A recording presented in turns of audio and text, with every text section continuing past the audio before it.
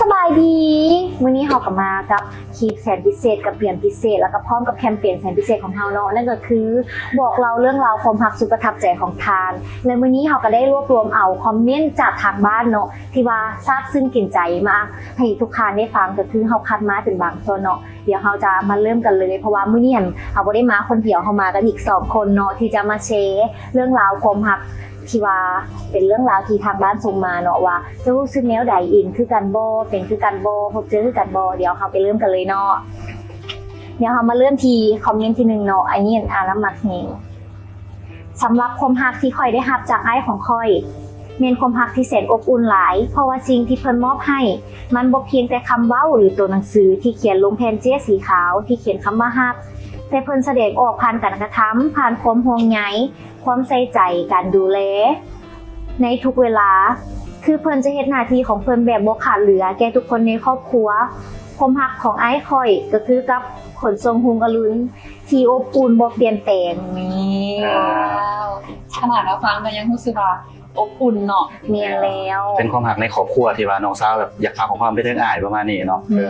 อ้ายเพิ่นก็คือสิเป็นคนที่แบบว่าเบิ่งแย่งดูแลน้องคนนี้แบบเป็นอย่างดีนั่นเองเนาะก็คือเป็นความประทับใจของเพิ่นของน้องสาวนั่นเองเนาะเป็นความรักแบบอ้ายก็มีความรักให้ครอบครัวเนาะเพราะว่าเพิ่นเสียสละทุกอย่างเพื่อครอบครัวอีหลีแบบคือเอาแม้ว่าเพิ่นต้องเสียสละใดซำใดนอกจากสัมผัสได้ถึงความรักนั้นเพิ่นต้องแสดงออกได้แบบชัดเจนเลยได้แม่นบ่ล่ะแม่นแล้วเพราะว่านอกจากพ่อกับแม่เนาะอ้ายกกหรือว่าในฐานะอ้ายนี่ก็ถือว่าเป็นคนเลี้ยงดูคนดูแลแล้วก็คนเอาใจใส่ของ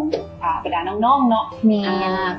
ถึงว่าจะอาจจะบ่ได้อยู่น้ำกันบ่หรือว่าอาจจะได้อยู่น้ำกันตัวนี้ก็เป็นความห่วงใยที่ว่าสามารถสื่อสารให้กันได้ตลอดเนาะแม่นแล้ว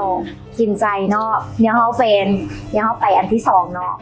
ความรักของค่อยในวัยที่กำลังสร้างตัวที่ต้องพบกับความกดดันจากเวียกงานและครอบครัวรู้สึกโชคดีหลายที่ได้พบกับคนที่บ่ต้องมาคอยระแวงหรือหึงหวงเป็นคนที่อยู่นำแล้วรู้สึกสบายใจเป็นพื้นที่ปลอดภัยให้ค่อยในเวลาที่เจอปัญหาสำหรับคอมเมนต์นี้ก็ถือว่าเป็นคอมเมนต์ที่รู้สึกว่าสำหรับไผเนาะคิดว่าฮักตัวเองแล้วก็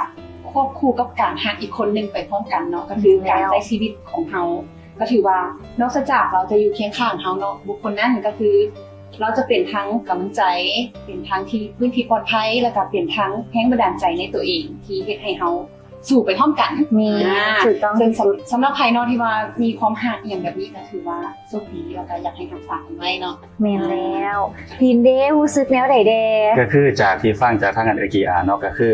ตามที่เพิ่นเขียนมานี่คือเพิ่นว่านอกจากกับเมื่อจากเวียงงานแล้วยังสินะก็บ่ค่อยมาระแวงเกี่ยวกับคนหักของเพิ่นเพราะว่ามีความเสียใจกันก็คือเพิ่นว่าบ่มีการแบบหึงหวงหรือว่าให้เฮาแบบรู้สึกระแวงสินะก็คือแบบเป็นคู่หักที่ว่าดีหลายแล้วก็คือว่าเพิ่นก็พบคนที่แบบเหมาะแฮงนะประมาณนี้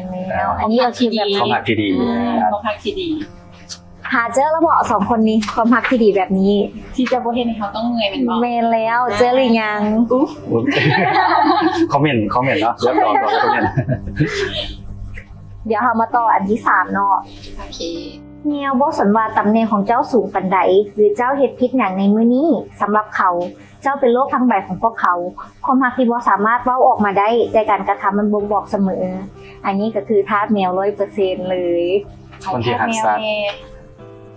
ทาสแมวเด้อสิบ่ได้ตอบเองซะบ่ล่ะเพราะว่าในส่วนตัวก็คือเนาะตัวเองเป็นคนที่หักสัตว์ซึ่งจะบ่จำแนกว่าสัตว์ประเภทใดหรือว่าเป็นแมวหมาหรืออย่างต่างๆเนาะก็คือเป็นคนที่ว่าหักสัตว์แต่ว่าอยู่บ้านหันเลี้ยงหมาแต่ว่าแมวหันก็มีเนาะแต่หลักๆเลยจุดพิเศษของการที่ว่าเฮามีความหักแบบนี้ก็คือเป็นความหักที่ว่ามันเอิ้นว่าความหักบริสุทธิ์เนาะในแต่ละมื้อในเวลาที่ว่าเฮาก่อนที่เฮาจะออกไปเวียกบ่หรือว่าเวลาที่ว่าเฮากลับบ้านสิ่งนึงที่ว่าเขาเจ้าพ้องหาเฮาก็คือเจ้าสิกลับบ้านตอนไหนเจ้าสิกลับบ้านตอนไหนเจ้าสิมาเล่นกับค่อยตอนไหนซึ่งตัวนี้นี่สัมผัสได้เลยเนาะจากใจคนที่มาหักซักก็คือเราจะเวลาที่เฮาฮอดบ้านปึ๊บเราจะเล่นมาหักอันนี้ประสบการณ์ตัวจริงเพราะว่าทุกมื้อแม่นเราเล่นมาหักเขาตลอดเลยแล้วก็มีเวลาก็เล่นกับเขาเจ้าแต่ว่าส่วนใหญ่ทุกมื้อนี้ก็บ่ค่อยมีเวลาเพราะว่าเรื่องเวียกอย่างต่างๆเนาะหรือว่าเฮาไปเฮ็ดเวียกเฮาก็อาจจะบ่มีเวลาเล่นกับเขาเจ้าพอปานใดนอกจากวันเสาร์อาทิตย์ เลยก็ยังคิดฮอดคือเก่า เราต้องหาเวลาให้ได้เดี๋ยวน้องเหงาได้ ว่างๆก็ซื้อขนมไปให้กินบ่อย่างประมาณนี้ ส่วนโตอันนี้แหละแม่นเป็นคนหักสัตว์เช่นกันแต่ว่าหักมาเคยเลี้ยงมาของ12โตได้อยู่เพื่อน โอ้ ก็คือสาเหตุแล้วแม่น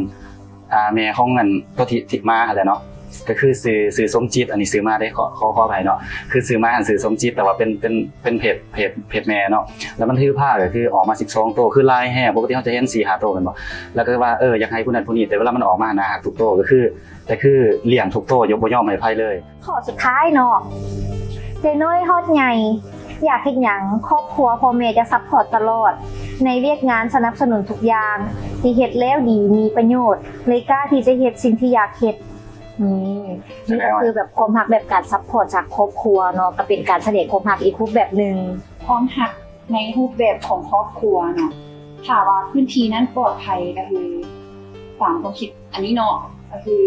บ่ว่าลูกคนนั้นจะเฮ็ดอีหยังก็แล้วแต่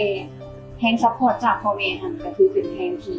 แข็งแกร่งหลายเพราะว่าทุกบัดก้าวของลูกเนาะที่ว่าจะย่างไปในเป้าหมายของชีวิตของเจ้าของที่ว่าตั้งไว้ตัวนี้คำถามว่าพื้นฐานเนาะของครอบครัวมีความแข็งแรงลูกคนนั้นก็จะมีกำลังใจและก็กำลังแรงที่จะเฮ็ดให้มันไปประสบผลสำเร็จได้เนาะซึ่งประสบการณ์จากเจ้าของก็อาจจะเป็นรูปแบบของพ่อแม่เป็นคนที่เข้าใจในทุกอย่างของเฮาเพราะว่าเฮาอยากเฮ็ดหยังคิดตัดสินใจต่างๆนึงพ่อแม่จะยกให้อันนี้เป็นคนตัดสินใจเนาะซึ่งมันก็เป็นจุดดีตัวหนึงที่เฮ็ดให้เฮารู้สึกว่าเฮาบ่อ่อนแอในโลกที่เขาเอิ้นว่าหยังในโลกของความเป็นจริงมันเฮ็ดให้เฮารู้สึกว่าเฮาสามารถไปต่อได้เรื่อยๆและอีกอันนึงก็คือเฮาเอิ้นว่าหยังวะเฮาบ่ย้านบ่ว่าเฮาสิคิดอีหยังก็แล้วแต่เฮาบ่ย้านเพราะว่ามันมีแบ็คอยู่ข้างหลัง เขามีความกล้าแม่นบ่ ถึงว่าเฮาสิล้มอย่างน้อยเฮายังมีพ่อกับแม่อยู่สำหรับ เป็นกำลังใจอยู่เบื้องหลังเนาะ แม่ ขอให้ดีเด้ สำหรับอันนี้แม่นก็คือที่จริงหลายคนก็คือจะได้ยินเนาะถ้าว่าเป็นว่าพื้นฐานครอบครัวนี่ถ้าว่าครอบครัวดีก็การใช้ชีวิตมันก็จะดีขึ้นเนาะท่านก็คือหมายถึงว่าถ้าว่าได้การซัพพอร์ตจากครอบครัวนี่จะเป็นการดีแต่ถ้าว่าชีวิตคนเรามันก็คือการเด้บางคนก็บ่ต้องน้อยใจเนาะถ้าว่าบ่ได้รับการซัพพอร์ตจากเต็มที่เฮาก็ต้องโฟกัสตัวเองเนาะพยายามแบบว่าเฮ็ดทุกสิ่งทุกอย่างให้มันดีขึ้นอย่างแบบนี้เพราะว่าเฮาอย่าไปน้อยใจอันนี้ฝากเพราะว่าเรื่องดีอัน จะมี2แบบ แม่จะมี2แบบบ่ต้องไปน้อยใจก็แค่บ่ได้หมายความว่าสิบ่ได้ซัพพอร์ตจากครอบครัวเลยสิบ่ดีเลยมันเกิดขึ้นกับตัวเฮานำเนาะอย่างน้อยพ่อแม่เฮานี่ก็คือเป็นว่าเป็นคนที่ว่าเบิ่งแย่งดูแลและก็เลี้ยงเฮามาแต่น้อยเนาะในเมื่อที่เฮาเป็นลูกสินะเฮาก็ต้องพยายามเฮ็ดทุกสิ่งทุกอย่างเพื่อที่จะก้าวเข้าไปในจุดที่เป็นว่าประสบผลสำเร็จและก็เป็นว่าตามที่เฮาคาดหวังตามที่เฮาฝันไว้นั่นเองเนาะ คอมเมนต์เนาะที่ว่าเมื่อกี้ผ่านไปก็คือมันอาจจะเป็นในมุมมองของแฮงซัพพอร์ตจากพ่อแม่เนาะแต่สำหรับไผที่ว่าบ่ได้เจอหรือว่าบ่ได้รับในมุมนี้ก็ต้องเสียใจไปเนาะเพราะว่าทุกบัดก้าวที่ว่าเฮาสามารถเฮ็ดได้ด้วยตัวเองนั่นคือความเข้มแข็ง แม่น ตรงนั้นคือจุดพิเศษของคนที่ว่าสู้ด้วยเจ้าของแหละ แม่มันคือมันบ่มีสิ่งใดในโลกดอกอ้อยที่แบบคนนึงเคยเฮ็ดได้แล้วคนอีกคนนึงสิเฮ็ดบ่ได้เนาะก็คือทุกคนสามารถที่จะเป็นในแบบที่ตัวเองเป็นได้นั่นนะ คอมเมนต์ที่ดีใจหลาย แม่ โดย และนี่ก็คือเป็นคอมเมนต์บางส่วนที่เรารวบรวมมาให้เนาะแล้วไผที่ว่ายังบ่ฮู้ว่าโอ้ยคอมเมนต์ค่อยดียังอ่านบอลคมซ้ำมันมี10รางวัลเนาะเดี๋ยวเราเลือกมาแต่น้อยๆเพราะว่าเราจะให้เป็นรุ่นเอาดีว่าเราสิประกาศผลนะสิมีรายชื่อบ่ของไผแน่เนาะอย่าลืมไปติดตามเด้อ ที่แจ้งยังให้กับเจ้าค่ะ แจกอย่างโน้ได้ยินว่าเป็นกิฟต์เซตวาเลนไทน์ โอ้ สิโสดอยู่หรือว่ามีคู่ก็ได้ทั้งหมดเด้อว้าวมาเบิ่งกันเนาะว่าเป็นไผสิเป็นผู้โชคดี เห็นแล้วมาลุ้นกันเลยเดี๋ยวเขาประกาศผ่านติดตามอยู่ในเพจเด้อไปพวกเขาลาเลยบอก แม่นแล้ว ลากันเลย สำหรับวันนี้เนาะขอลากันเด้อ บ๊ายบาย